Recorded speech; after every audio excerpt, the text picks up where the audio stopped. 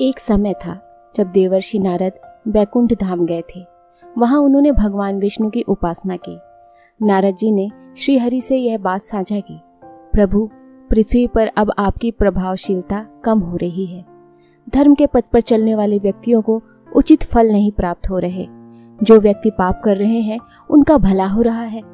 इस पर श्री हरि ने प्रतिक्रिया की, ऐसा नहीं है देवर्षि, जो भी घट रहा है वह सब नियति के अनुरूप हो रहा है। नारद ने उत्तर दिया, मैं स्वयं देख रहा हूँ, पापियों को अच्छा फल मिल रहा है, वहीं धर्म के पथ पर चलने वाले और अच्छा करने वाले व्यक्तियों को अनुकूल फल प्राप्त नहीं हो रहा है। भगवान ने पूछा, कोई ऐसी घटना बताओ।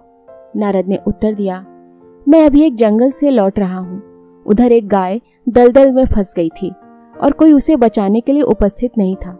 इसी दौरान एक चोर वहां से होकर गुजरा। उसने फंसी हुई गाय को देखा, लेकिन उसने उसे बचाने की कोई कोशिश नहीं की। उस गाय के ऊपर पैर रखकर दलदल को पार कर गया।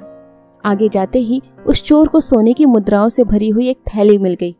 कुछ समय बाद वहां से एक वृद्ध साधु गुजरा। उसने गाय को बचाने की हर संभव कोशिश की। उसने अपने पूरे शरीर की शक्ति लगाई और उसने गाय को बचाया। लेकिन मैंने देखा कि जैसे ही गाय को दलदल से बाहर निकालने के बाद जब वह साधु आगे बढ़ने लगा तो वह एक गड्ढे में गिर गया।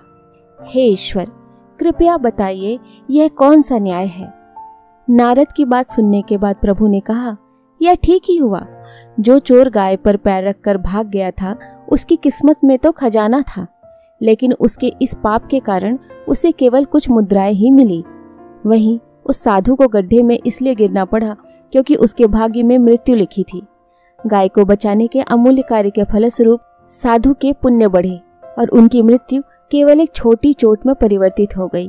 यह जीवन का नियम है कि व्यक्ति के कर्म ही उसके भाग्य का निर्धारण करते हैं।